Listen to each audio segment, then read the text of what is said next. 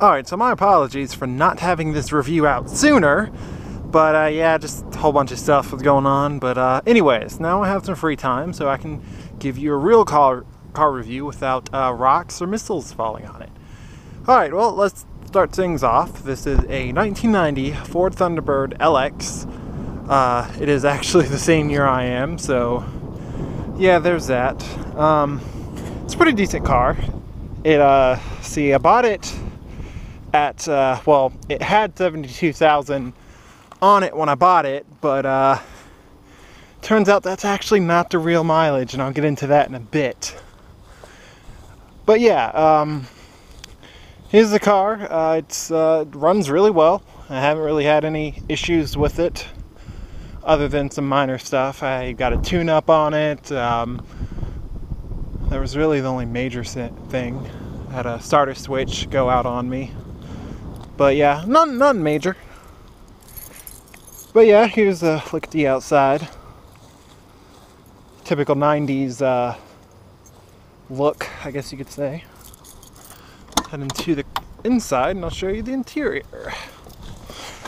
Alright, so yeah, here's the inside. There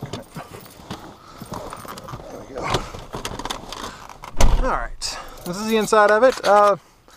Nothing too fancy. It's a two-door, so the seats have to go back so you can accommodate up to 5 people. This is my stereo.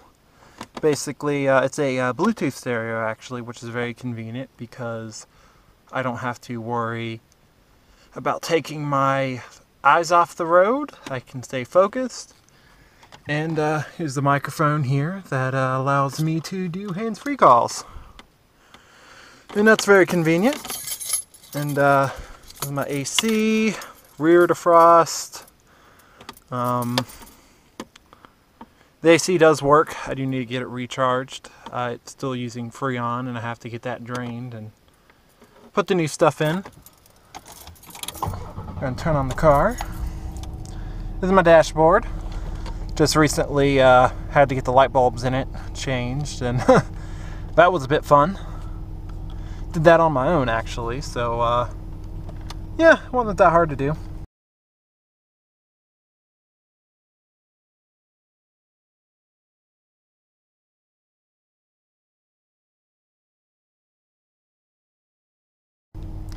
As you can see, I have a couple options, quite a few options for it being so old. So the trip distance, it tells me how many miles I've been. I always reset that when I fill up my tank so I can get an idea like how many miles I got out of one tank of gas. I just filled up, as you can see, so yep. Fuel remaining, it's full, obviously. Instant economy, when I'm actually driving, it'll tell me how many miles I'm getting per gallon, like on the spot. Average, that's actually off, because when I was replacing my dashboard lights, all the data got reset, but I actually average 25 miles per gallon. But once I start driving for a while, it'll go back up to what I actually average. In the distance to empty, that is not accurate whatsoever, just because where I live at is very hilly. And I mean, you can see all the mountains, like very mountainous area. So yeah, that won't be accurate at all. The only way that would truly be accurate is if you were on flat land, like in Florida. But yeah, so there's that. Yeah, as you can see, I had it when I first got it. It was at 72,000 miles, and now it's at 85. But Bad Drivers in New York actually was kind enough to look up my car history to find out that this isn't the actual mileage, which kind of sucks. Realistically, it probably has about 105,000, somewhere in that ballpark. It's still pretty low, which is good, but yeah, the data, unfortunately, is not accurate for that. But yeah, got cruise control. I don't really use it much, just because since I'm in a very mountainous area, the engine has to work harder for if I'm going uphill. And yeah, I just it's an older car, so it doesn't really do well on if my elevation's changing, like going up a steep hill or something like that, the engine works harder than it should. So I typically just stick to doing the good old-fashioned gas pedal. But I will pop up the hood so y'all can see the engine. All right.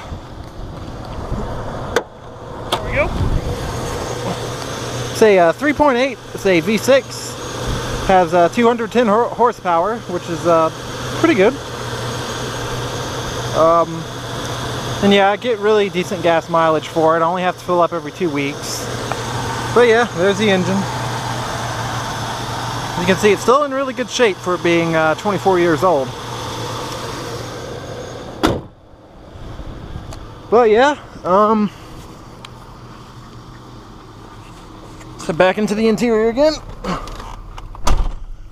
See, this is right here is where I put my dash cam. I'm actually using it to record right now.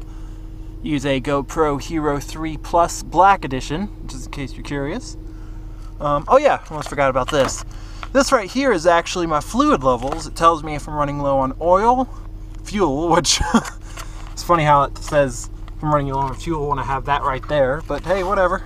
A radiator and my washer fluid, which is pretty convenient, and they work just fine. I had a small radiator leak at first, but it was really easy to seal up. I didn't even have to use any fluid or anything, just this weird like, it's a type of glue that like welds on. But yeah, it was really easy to do.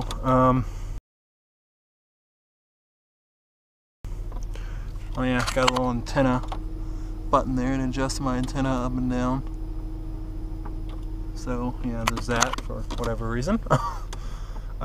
Windows are electric, as you can see. Got a sunroof,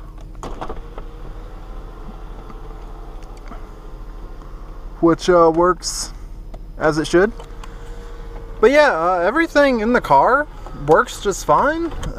Really haven't had any issues upon buying it. I bought this for with tax it came to about $2,500, which was good because it, you know, I've had it about 2 years. Yeah, I got it November of 2011. Oh no, sorry, November of 2012. And yeah, it's been a really reliable car. Nothing I can really complain about. So yeah, but there it is. If there's any other questions you guys have for me, just post them in the comments and I'll be more than happy to answer them. But yeah, that would be it. So you guys have a good one.